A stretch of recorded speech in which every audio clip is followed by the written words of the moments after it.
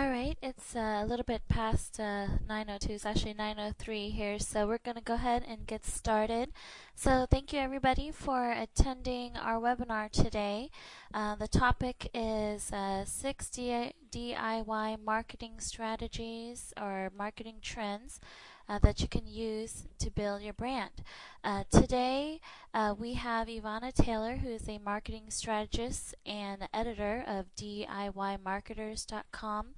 And myself, Esther Lavielle. I am the Executive Account Manager as well as the Chief Education Director over at Survey Analytics. And today we're just going to be talking about some of the major trends that we're seeing in research as a whole, and some resources and examples that you can use in your future research strategies, or if you're thinking about changing it up. These are just some things that we think are pretty important. So we are going to have Ivana, I'm going to have Ivana show some of the slides and just kind of get started here. This is going to be more of an interactive webinar, so we're going to pretty much keep it informal, so it's not the normal kind of webinar that you've seen. So there's going to be a lot of back and forth between Ivana and myself, and feel free to chime in with questions that you might have. You can post them in the question control or chat box, and again we'll be able to answer your questions throughout the webinar. So thank you so much again, and I'll go ahead and pass it over to Ivana right now. Thanks, Esther. And Esther, I really want to thank you and the team over at Survey Analytics for inviting me to talk about this with your audience today.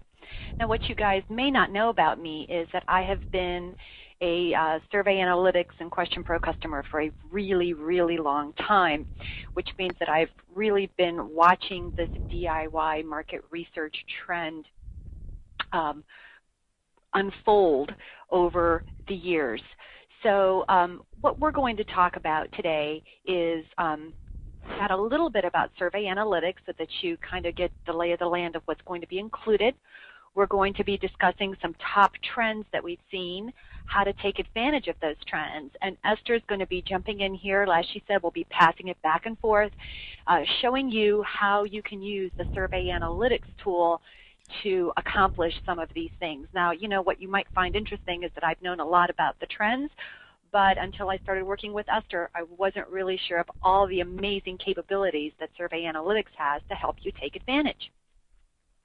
So Esther, why don't you just go on and tell us a little bit about yourself and Survey Analytics? Okay, sure. So yeah, we started back in 2002, and we're headquartered out of Seattle. This little picture of myself. We're number 172 out of the 500 fastest growing private companies, and in Survey Analytics alone, we have 6,000 clients. We actually have well over 50,000 clients with all the different kind of tools we have, including IdeaScale, MicroPoll, and Question Pro, and all sorts of things. So it's just and our goal here isn't to convince you to use Survey Analytics. It's just to show you the trends and the things that you can do, and what we're doing to prepare for the different trends that are happening in the research industry. So that's me. Ivana, you want to go to the next slide?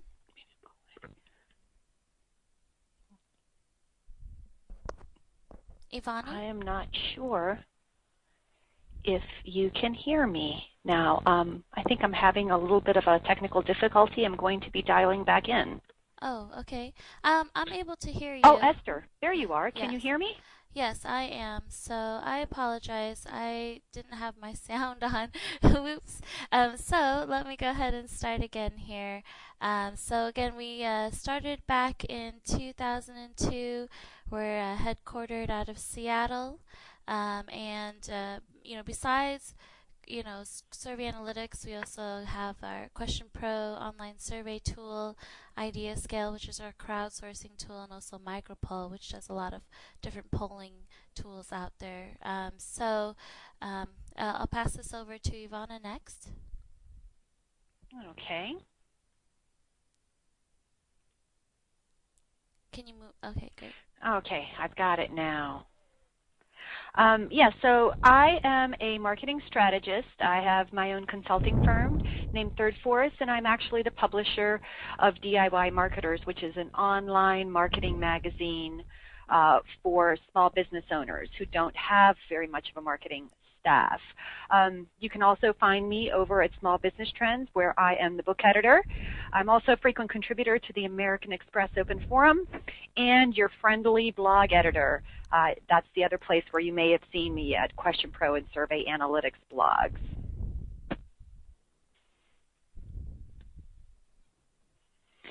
So let's get pretty clear about what this DIY marketing research trends is going on. These DIY tools really can't replace good research methods. They are really tools. So it's not doing it that's difficult. It's actually knowing what to do. So the idea or the goal is to help marketing practitioners and researchers and business owners really get more done with less. And it's to give us the opportunity to leverage our existing tools and methods. So the first trend that we're going to talk about is we're going to start with tracking social media chatter. I was in a conversation the other day with some friends, and they had just recently gotten on to some of the social media sites such as LinkedIn or Facebook. And when they heard that I had been doing this for quite a while, they were really amazed at how popular it's become. But the truth is, Facebook actually gets more weekly traffic than Google. And not only that, it's very high quality traffic. Of course, tracking social media chatter is really affordable. I mean, if you want to do it in the most basic way, you can simply just use the search tools that they have available and search on your keywords. Respondents, fans, and followers, they want to share their opinion with you. And the really neat thing about tracking social media chatter is that you get not just simple one-word answers, but you get answers that are really full of emotion and meaning. And of course, it gives you some real-time feedback with real-time results. And it presents a unique core of opportunities that you will have to market to them and to connect with them. And as always, it really does impact your brand reputation. So it really does make sense to search on and analyze what people are saying about you. The second trend, which is connected to this, would be using viral surveys that allow your users to share your survey.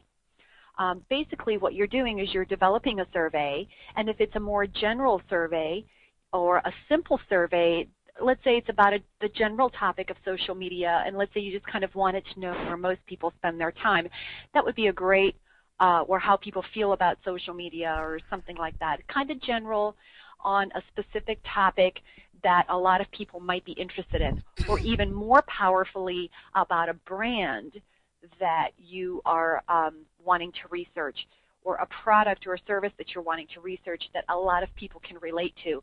Here, taking your survey viral can really, really be powerful. So I'm going to pass it off to Esther because she has some terrific tips on how to actually do this. Thank you. Yeah, so it's very simple. I mean, we have on Survey Analytics and also on our Question Pro tool just a link, while people are taking their survey to be able to share it on Facebook and Twitter. As you can see, it's highlighted right here. And also, we also have tools will allow you to enable them to share it in an email, as you can see. And then from there, you can get even more responses.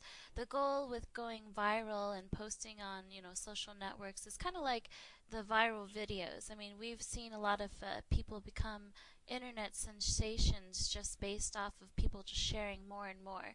And our premise is that, let's do that with surveys as well. Let's get more and more people taking it.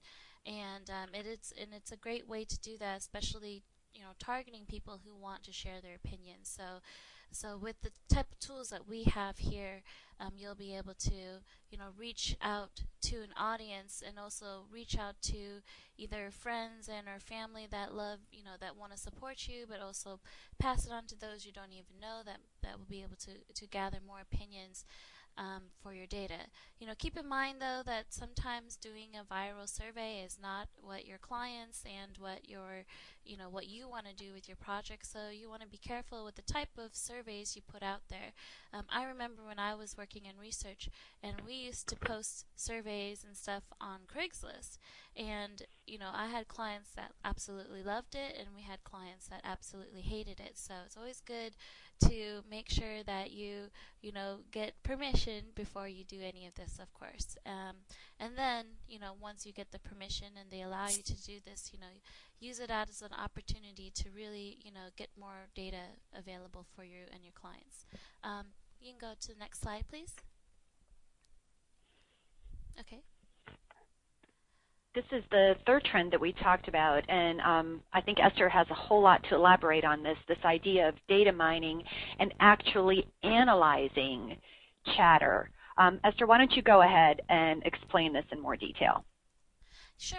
Here we are in the process of building and allowing people to find ways to analyze open-ended text.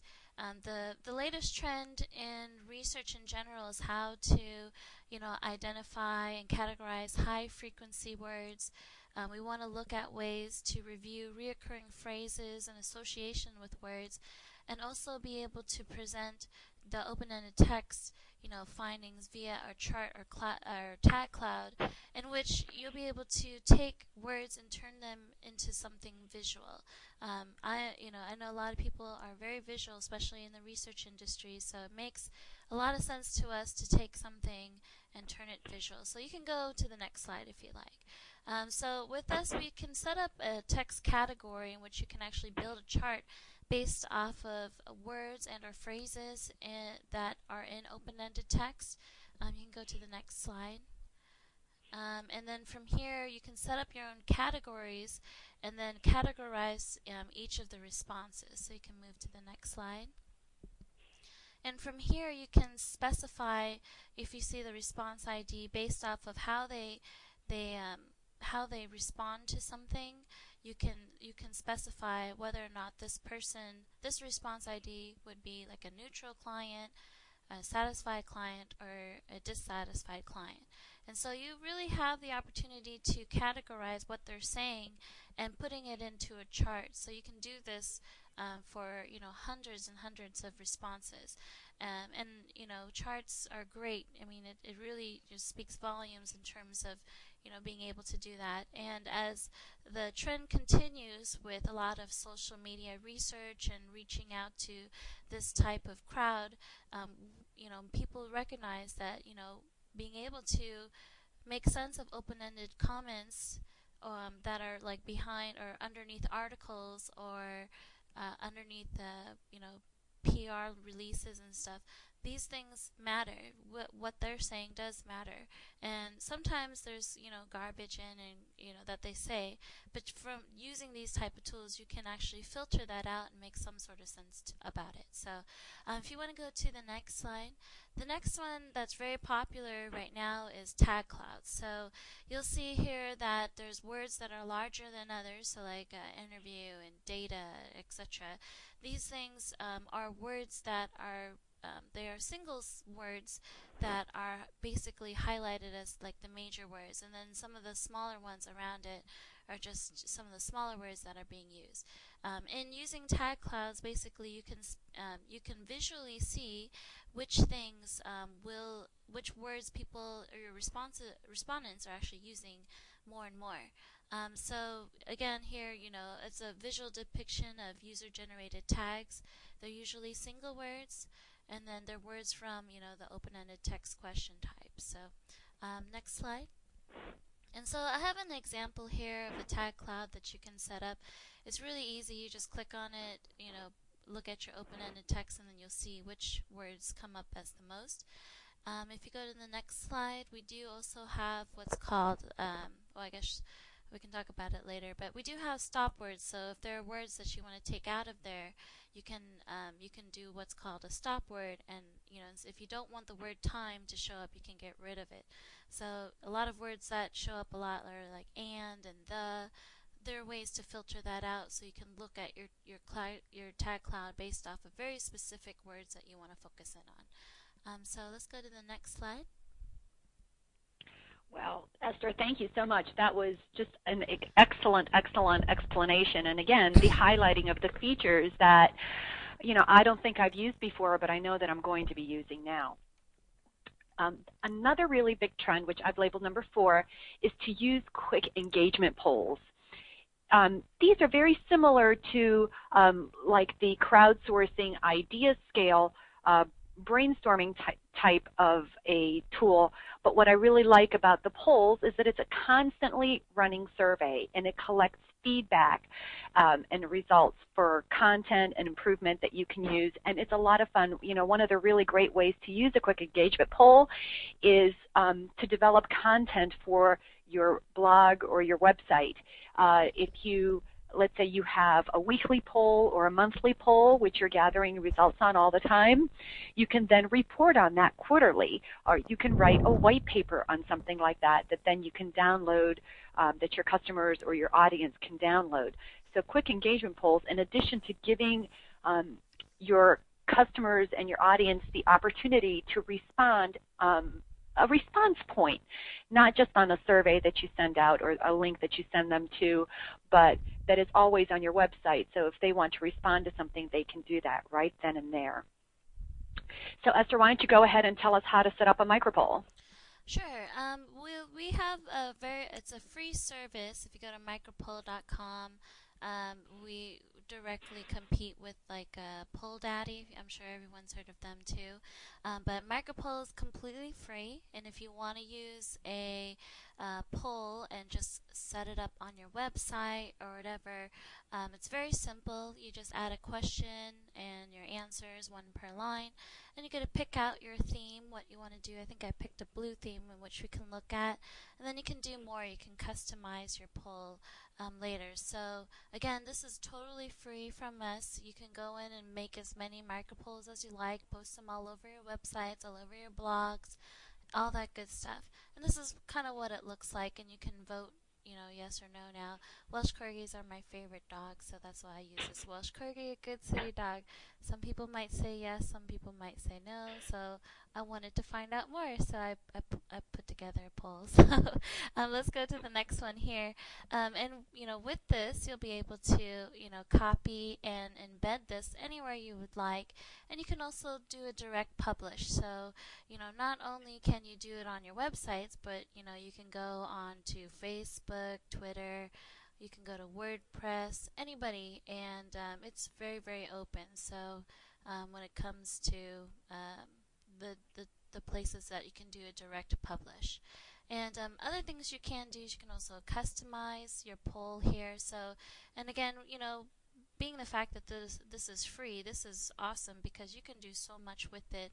I really like doing little small polls because it doesn't tax the respondents' brain cells, I like to say, and it's very easy, and you get instant results, and they can see what's going on, and it's very interactive. So I think the trend these days is people are going to start, putting out more polls, and people are going to be asked to add more opinions and do it, in little small batches here and there versus doing an entire survey that's going to take 20 minutes. So this is kind of a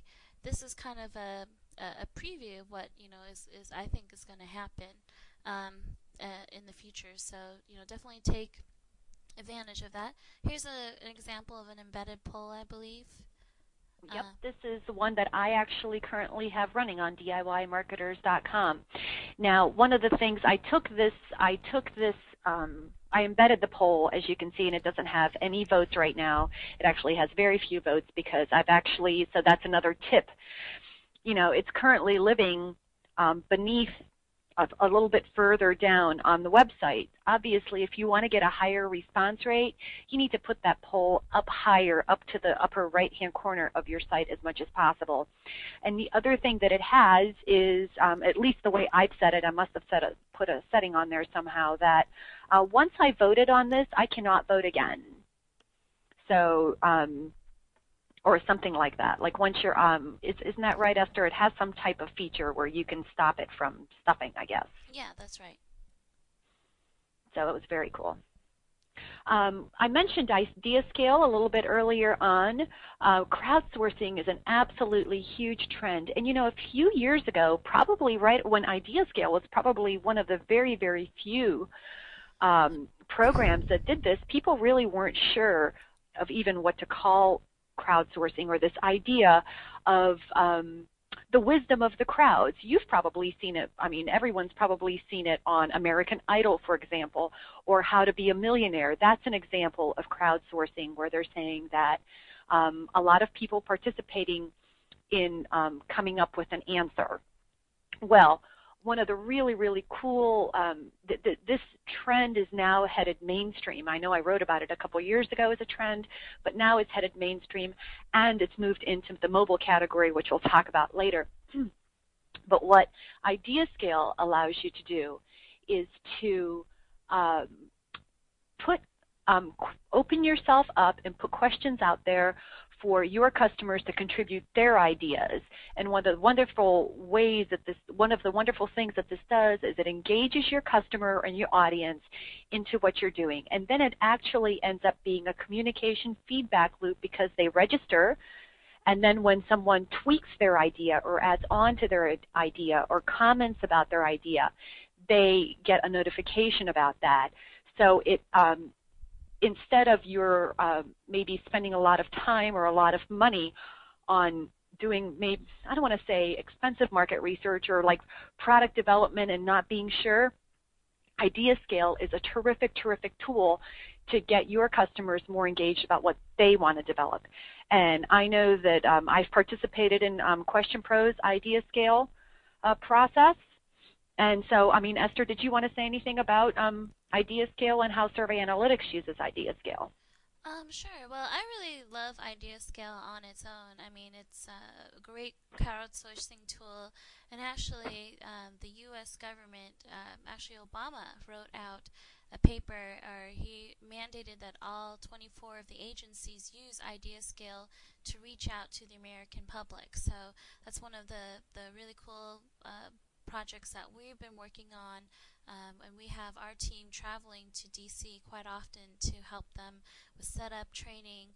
And you can go to websites like the FDA or the FCC, and you'll see an IdeaScale tool that's actually being used by the government. And so they're using this as an opportunity to vote on new ideas. You can also be a person that goes in and shares an idea and allows the other people that are on the site to vote up and down on your own ideas as well. So it's a really wonderful tool, and we're really and as at Survey Analytics, we're actually using that. We're integrating it with our system, and where you can actually build a survey and include IdeaScale as a question in your survey, which is the next best thing, which we think crowdsourcing and surveys should go hand in hand. So that's where we're headed with it, and we believe that trend is going to continue. You'll see other competitors and other research firms doing the same thing, and a lot of the consulting firms are also using crowdsourcing as a tool for moderation. And so when you're doing like an online project, they will serve as a moderator and stay in touch. Instead of doing an in-person focus group, they're using these kind of tools to moderate and share, ask opinions, and have people vote and look at certain things versus doing a focus group. So I've seen it used so many different ways, and I think it's going to continue in that trend. As focus groups are very expensive, and sometimes the budget isn't there. But doing IdeaScale or some sort of crowdsourcing tool as a moderation tool is becoming more and more popular. So yeah, that's kind of where we kind of think we're headed with that. I agree. I've recently seen, if you can believe it, I've actually just reviewed a website called Squad Help, which actually uses a crowdsourcing model to help people overcome challenges and come up with names for products or taglines or websites. So you basically, what happens is a user comes up, puts their challenge up as a contest, and decides to award a prize, whatever that is, and then people contribute their ideas, and ultimately the person who has the challenge or who posts up the contest picks the winner. But you can vote people up and down. It's really, people are taking the technology and the crowdsourcing model and putting it at all different directions. So I'm sure that our audience can expect to find a lot more about this in the future. And of course, who hasn't gone mobile? I mean, this has just been such a huge trend. In fact, if you look inside your life, what you'll notice is that maybe we start the day off in the morning, you're checking your email or something or other, and then you get in your car, you go to a lunch, you go to an appointment, and now you've converted over to your mobile phone and or your iPod or your smartphone or any kind of a mobile device has literally become a computer in a pocket, and people are using them in all different kinds of ways. And most recently, we've had just an incredible amount of positive response from people using mobile devices to take surveys. So Esther, why don't you fill us in on some of those details? Sure. So we believe that the next trend in gathering research and feedback from any customers, or core audience members is going to be on the iPad or the iPhone. And so our goal here, we have an iPad and iPhone application. We're actually working on it to build out to also the Androids and the Blackberries of the world. And we believe that, the paper surveys or the people taking surveys at the mall are no longer going to be holding a bunch of papers and pencils. They're going to be holding an iPad and getting people to answer. And this way you can gather real-time feedback. The links go back to the clients and they can see the feedback at real time versus having to process it over the weekend and then getting something on Monday, which I've done before and it's no fun. And it's going to change the way people gather feedback and be able to review feedback. It's a lot cleaner. I think it's a great way to save trees, but also I think it is the way a lot of people are going to go, and it's mobile surveys. I believe there was a report somewhere like on Newsweek, and they said that more people are going to be surfing the web on their phone or some sort of online mobile device versus on their computer in the next couple of years. And that to me, it sounds really foreign and kind of scary, but at the same time it is probably going to be true because instead of when I wake up in the morning, the first thing I grab is my cell phone to check emails and stuff before I go to my computer. So it's already happening, and so it's a good opportunity to kind of review and see hey, is it time to go mobile? Should I be looking into doing field studies using some sort of mobile app, or is it time to try to reach out to my core audience that uses iPhones, and what can I do to get to them? And so there are a lot of tools out there that are trying to fill in this opportunity. So I believe that it's just going to get stronger. So now really is the time to think about making that investment. And so we do have an app that you can check out and try out and ask questions. So if you're ever interested, you can go on and download it and kind of review it if you wish. So, and we do have some new stuff coming down the pipeline come 2011. So I'm very excited to. I can't talk about it much, but I know it's going to be awesome. So, Well, Esther, have you found? I know that on the Question Pro blog and on Research Access blog that we featured a company called Thumbspeak, and I believe I can't be sure, but I don't know. Maybe you remember, but it seems to have stuck with me that I think their response rates were really, really terrific, and I think that the battle for response rates continues. Even now. And I kind of felt that when, at least when I talked to those guys, that they felt that it really did improve their response rate because people were filling things out while they were waiting in line or while they were doing something else on their cell phone. Yeah, exactly. And I did get a chance to speak directly with the CEO of ThumbSpeak, and it's a great tool. And we're trying to go after the same market, but it is great, and it is true. You know, they people can take their survey at any time they want. They can do it, like exactly how you said it. They can do it in line. They can do it while brushing their teeth or something. And so this is a great way to gather more feedback and do it on the respondents' time, and not and allow them to do it when they're bored, out of their mind at the mall or something like that. So it's very easy. So it's a great tool to check out. So again, there's plenty more that's coming out in the future. So it's a good time to go shopping and see if it's something that you want to include as a part of a strategy or research strategy. Absolutely. And that brings to mind, there is a book that I reviewed recently for Small Business Trends called The 24-Hour Customer. And this mobile trend that we're talking about, fitting things in while you're not doing anything, right, while you're waiting in line. This is this woman, Adrienne Ott, the author, has done a huge study. She's out in Silicon Valley, and one of the things that they're talking about is doing exactly that, finding slices of time where you can connect with your customer or with your user and pairing those things up together, because time is the most valuable asset we have right now. So if you would like to figure out or get some more ideas about how to use some of these trends and how to work with time, that 24-Hour Customer is a great read. So on to, how did that happen? I love how I have trend number 7 with 6 missing.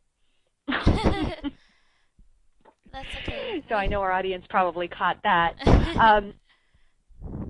So one of the biggest trends that we have that we've been talking about over at Survey Analytics and Question Pro is this idea of searching public data sets.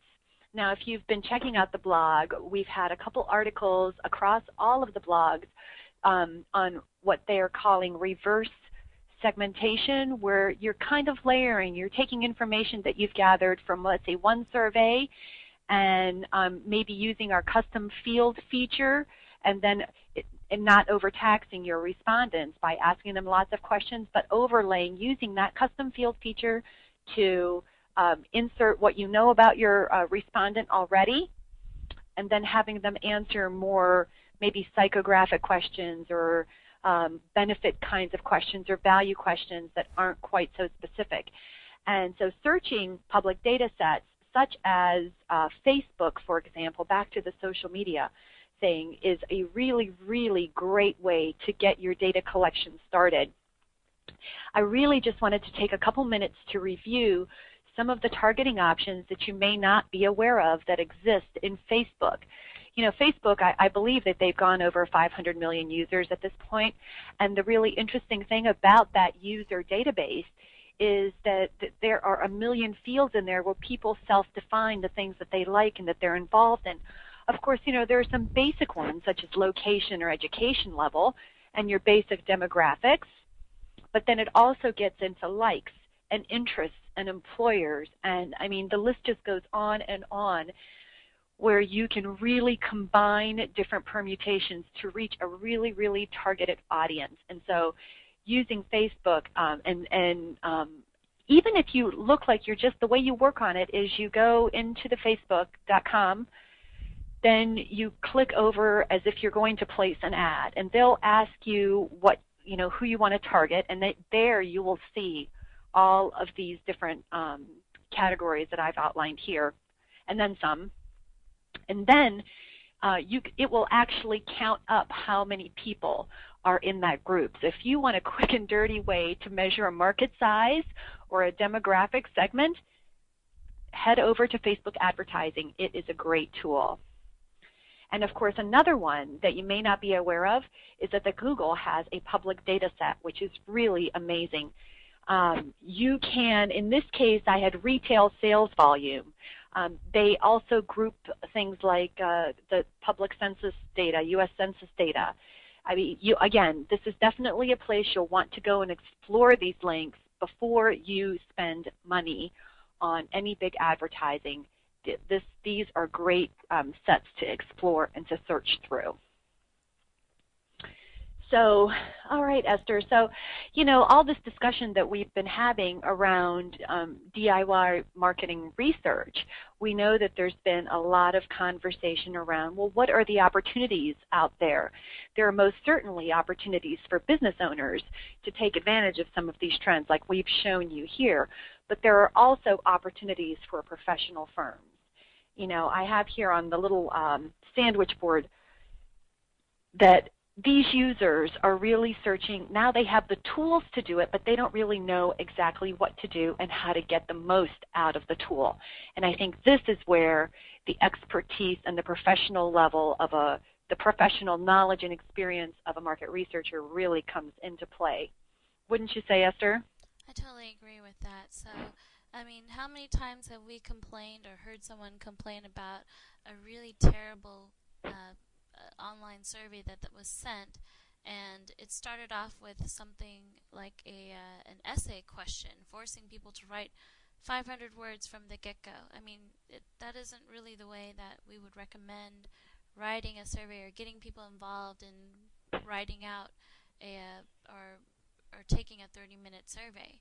So there's obviously a huge disconnect that we recognize in the industry where people are using the tool, but they don't know how to use it. And we really would like to have more professionals step in and use it. I mean, I do consulting work here with my accounts, and I tell them, we look at their surveys and we review. And we look at them. If they have low response rates, why is that? I mean, is it because our system is down, or is it because we're working with question types that aren't engaging? So again, here's a fun picture. It is garbage in, garbage out with a lot of people that don't know how to write the right surveys. But if you do know how, it's really important to have you go out there and show other people. So I think there's a great opportunity, an untapped market in terms of being a professional and being able to offer services and telling and showing people and consulting with them how to write an online survey, how to send it out, how to gather feedback, and also be able to analyze your survey, your data. So there's I think is a great opportunity, and I mean, I wish I could be the one doing it, although I'm not, because I work in the software business.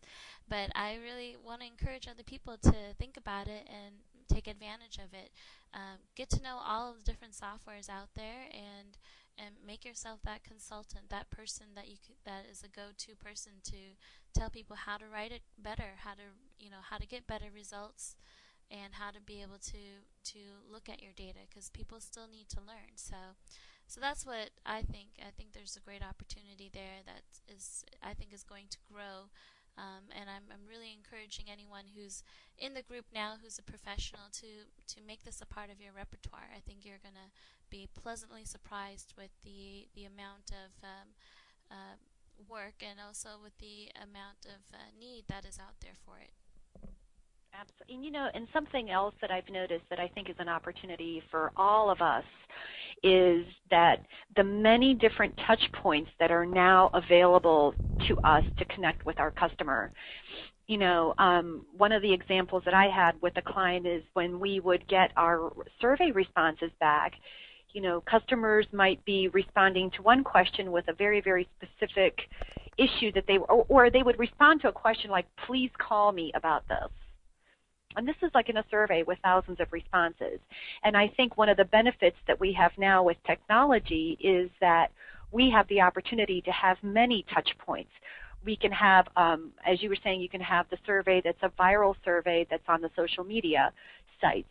You can have idea scale on your website so that people can give ideas, put their input in when they're on the site, when they're like, I wish they had this. And they can, I have a recommendation for, remember we were talking about the GoToWebinar. Boy, I wish they had a little timer on the dashboard. That would be great. They would, if they had an idea scale on their site, I would be prompted to put that on there. So there's so many different places where we can now have the opportunity to connect with our users and our customers, and on their cell phones, on their mobile phones, on the website, and also whether it's in the store or on an online survey. So many different ways to connect that I don't think we've had before. Okay, so finally, let's look at it. What's in it for those of us if we take advantage of these opportunities? Of course, it opens new opportunities to do full service R&D for really difficult projects. Like anything else, if it can be automated, anyone can do it. So what the opportunities really open up for people to think about things at a higher level, at a more difficult level, because once again, garbage in, garbage out. Another really terrific opportunity is to continue the business relationship. So we have opportunities to share with our clients or our customers these new ways of doing things and new ways to connect. Obviously, this can also attract new customers. And of course, the most obvious one is that these low-cost tools just really make it so easy to get fantastic and better information. I was just telling a friend of mine that I remember doing a conjoint analysis study. I think might have been the late 80s, early in 1990, and I think we ended up paying $20-some thousand to have this done. And you can get it done today for just a fraction of the cost. But of course, what is it that you're going to need? You're going to need an intelligent statistician, someone who can really, really read that data and tell you what to do with it.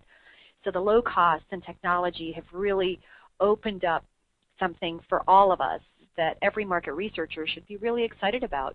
That people are excited and addicted to getting data, which is really exciting. So I guess, Esther, we're going to open it up for some questions now. Sure. So I do have a question from Scott. He wanted to know, please recommend sources to get unbiased samples in B2B space or B2C space. Ivana, do you have anything there? I'm wondering if he's talking about like panel groups or those types of things. You know, one of my favorite news sources that I actually was introduced to through you guys is Peanut Labs. Now, I would have never, ever considered using social media participants as sample, only because I thought that it was going to be skewed in terms of age, or that I would not have, or like in this, like his question there too, with business to business and such. But what I've really been impressed with is the level of targeting that they're able to do, and you'd be amazed at the kind of sample that you can get. I will say one thing though, I don't know what your budget is, Scott, but it can get expensive. Perhaps, to be honest with you, my favorite source for generating a list is actually collecting registrants off of your email newsletter, because they may be customers, they may not, they may be fans. There are people who are already engaged with your brand.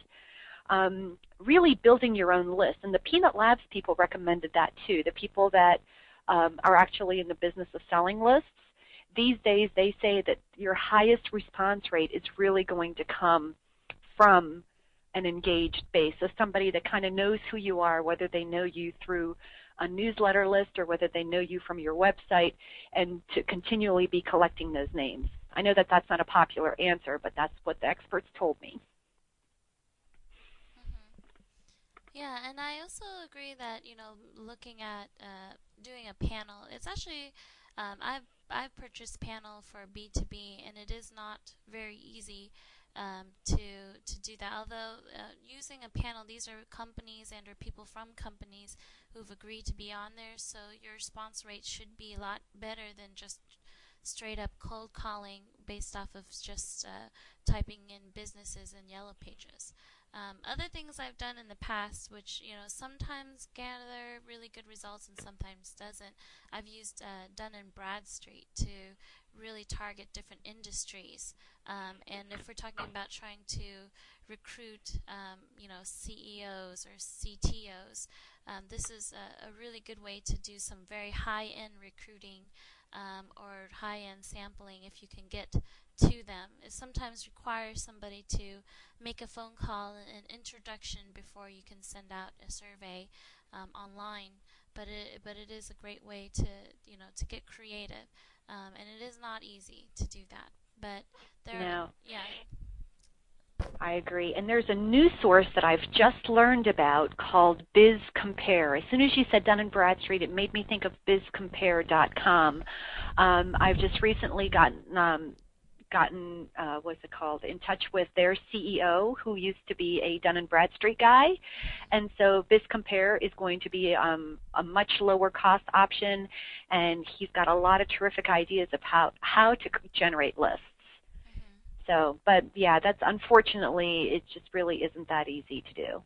No, yeah, it's not always that easy, but like Ivana said earlier, using your Facebook fan page to connect with your audience that wants to give their opinion on things is great. Like one of my favorite clients to work with, and probably my favorite little technology piece that I have in my house is my Roku.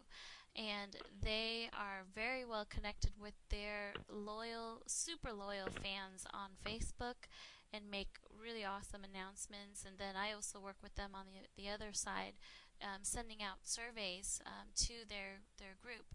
And I'm just always impressed by the number of likes that they get on their announcements, and also the type of feedback that they can get. So, and from there, those are just connecting with the B2C. And from there, that can be used as your core audience to really gather some really good feedback. So and it's I think it's fairly inexpensive to do something like that, where you need to connect and use tools like Facebook Connect to further do more surveys with. So, and we have that tool too. So. And another terrific resource, now that we're talking about this, I mean, I know that your listeners are going to notice we're talking about a lot of social media resources, but can I just tell you, LinkedIn is an amazing resource when you were talking about B2B, getting connections with B2B. Again, you're not going to get away from, you're not going to get like thousands of people, that you just are going to blast.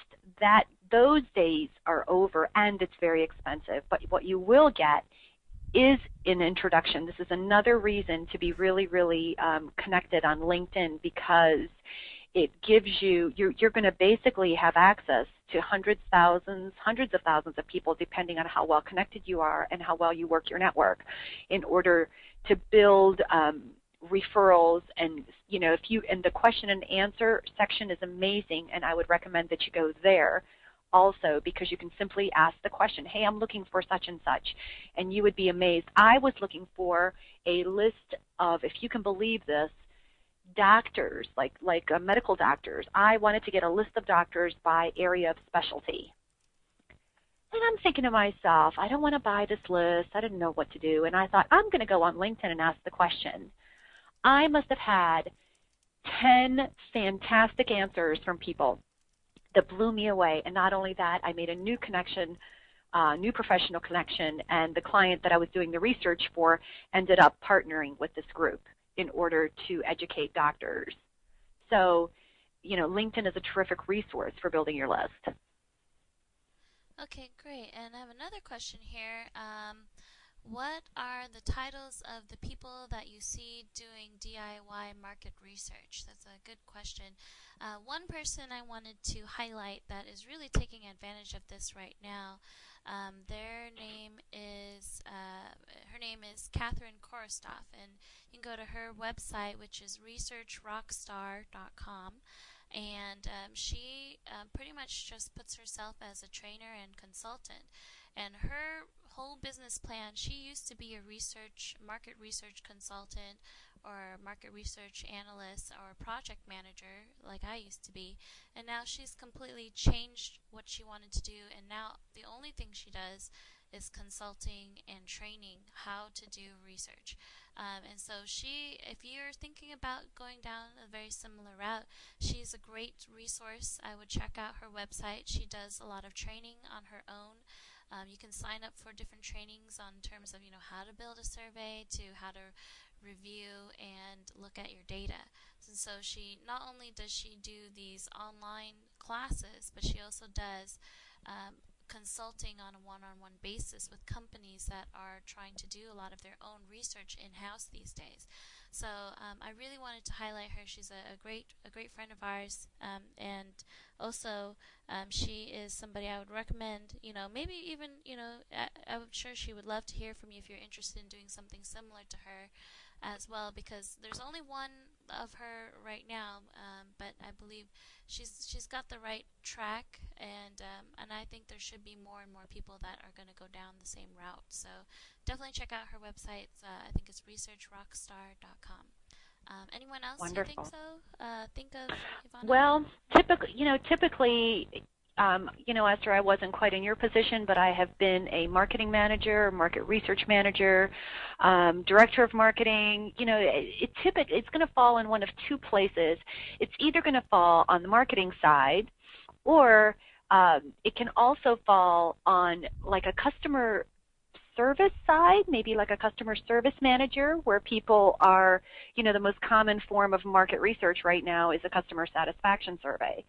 So, and sometimes, a company might have a customer service manager that's in charge of running the customer satisfaction survey. And with over what is it? It's something like 28 million small businesses in the country today. You can bet it's somebody wearing a lot of hats. So an independent business owner, or even someone in a small company that just says, hey, I want to do this, and this is a great tool. Let's do this.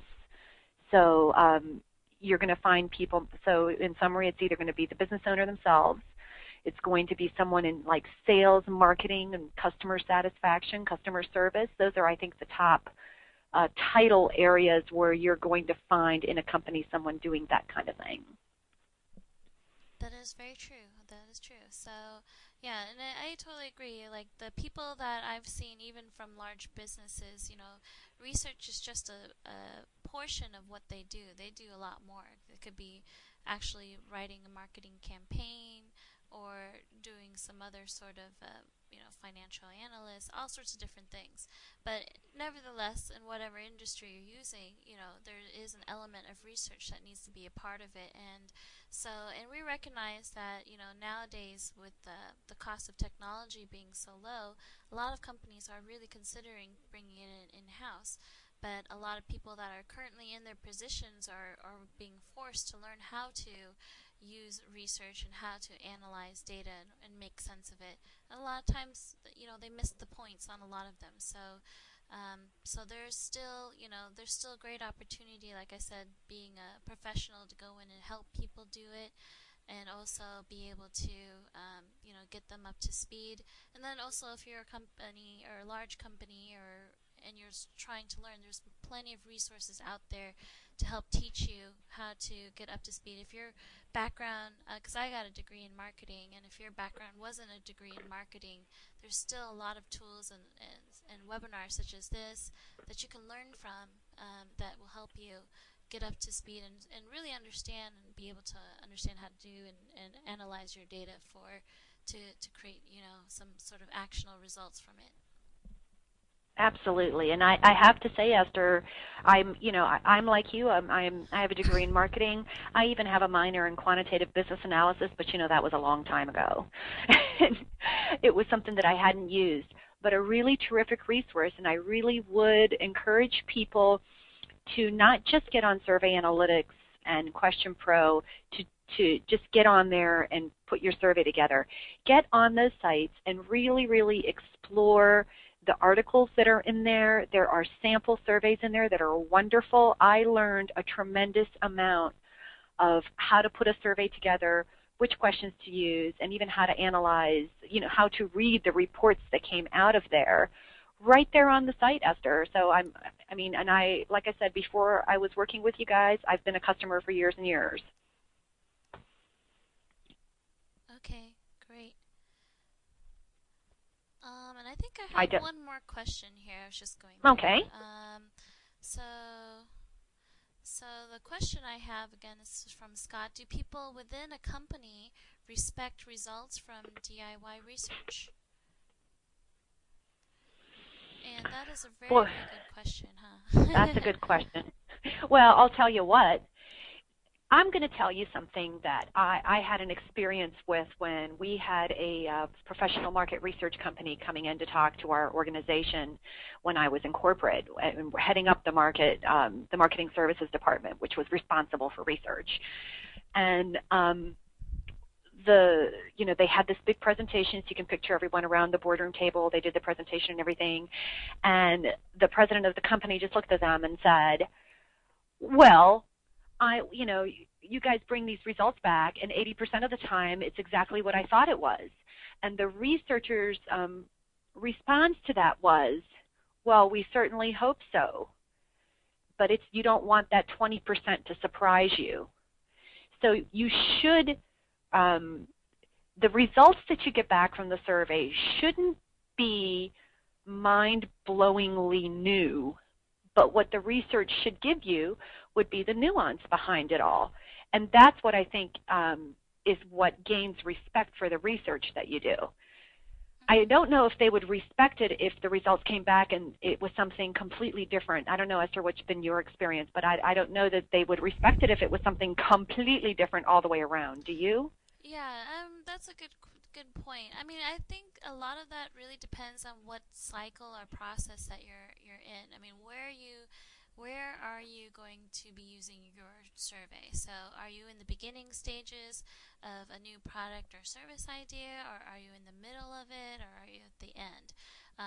Where are you with it? So it really depends on how you apply it. And so in terms of gathering respect and getting that, you should know how to and where to apply it. And like I said, that's where, if you're a new company, you're trying to do DIY, but you don't have any real professionals that know how to write a survey, or what kind of, because there's different questions that you ask at different cycles. And so if you're not asking the right question, of course there's a problem with garbage in, garbage out. And that it becomes a very big problem when you're going into a boardroom and presenting something that they already knew. With that, you need to consider, what kind of questions should you be asking? Should you be doing more probing type questions? Should you keep it more open-ended in the beginning so you can flush out some keywords and see, what kind of things or what kind of attributes you want to use in a future product and or service? And if you find those, the next, question types or next survey should actually, build off of your very first survey. So a lot of people, when I was doing research, and people came to me and they said, okay, well, I want a survey, and this is what I need to do. And I asked them, where are you at in your cycle? What are you doing?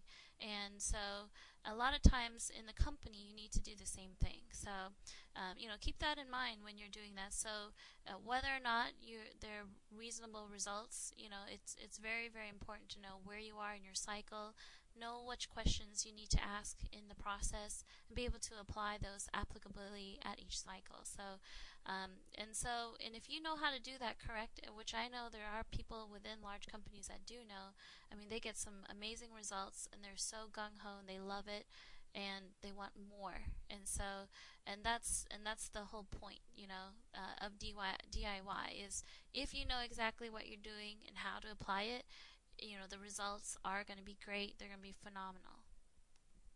And people get excited. Point. So. Yeah, excellent point. And, it really comes down to the most important thing is I think we do research so that we can make a decision. So if your research is helping your management team make the decision they want to make, they're going to respect the results. Yeah, exactly. So it is about 11, or excuse me, not 11, 10:02 a.m. Pacific time, my time here. So we've gone over just a little bit, but not too much. I have recorded this, so we will be converting this video or audio into a recording, and slides will be available to share. So if you are interested, I will be emailing out the respondents who've attended or who haven't attended or couldn't make it but they wanted a copy. They can always call, or they can always review this at any time. So I'm just going to go ahead and conclude this. Ivana, you may want to go to the last page because we have our contact info. Oh, yes, of course. So I wanted to give this opportunity, if you would like to contact us, if you have other questions, feel free to contact myself or Ivana. If you have other questions that you had in mind, we'd be more than happy to answer anything that you might have that might come up throughout the day. So I got some great feedback from people saying that this was a wonderful webinar. So that's really awesome. They said it's probably the best webinar I've ever attended. Isn't that great, Ivana? It's wonderful. I'd love to have that in a quote. Yeah, well, that's great. So, again, thank you so much, everyone, for attending. We really, truly appreciate it. And Ivana, if you want to say couple last words. Yes, well, thank you. Thank you very much, everyone. And again, head out to DIYmarketers.com. And if you are a market researcher and an expert in your field, I'd love to hear from you because we are always looking for contributors to our Question Pro blog. Wonderful. Shameless plug for the blog. Of course, yeah. We can't always be the ones writing for the blog, right? Exactly. Okay, great. Well, thank you so much, everyone, and have a great, wonderful, great rest of your day. You too. Bye-bye. Bye.